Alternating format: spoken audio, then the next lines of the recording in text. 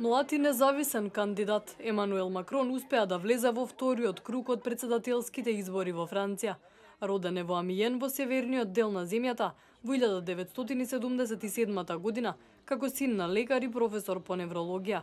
Инвестициски банкар и економски советник на претседателот Оланд, а потоа и министер за економија и поборник за дигитални стартапи, внесе свежина во француската бизнис заедница, но предизвика противење меѓу левицата и владеачките социјалисти, а поради неговото движење ниту лево, ниту десно мораше да ја напушти функцијата.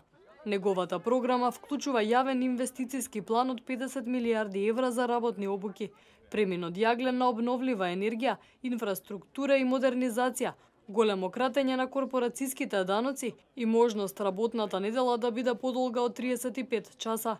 Ветува намалување на невработеноста до 7% и 500 евра годишно за студентите. Многу е важно да се подобри образованието. Сакам да понудиме повеќе курсеви во училиштата со помош на невладините организации. Потоа да се создадат работни места кои нема да се оданочуваат. Ова не е само ветување, туку финансиска посветеност. Работодавците кои на неодредено време ќе вработат млади луѓе ќе бидат помогнати 3 години и ќе плаќаат помали даноци. Проевропски насочен, Макрон предложи реформирање и зацврстување на Европската Унија, во исто време кога неговата противничка Марин Ле Пен ветуваше референдум за излез од Унијата. За сега според излезните анкети, Макрон е во водство, но блиските резултати ја држат неизвестноста до крајот.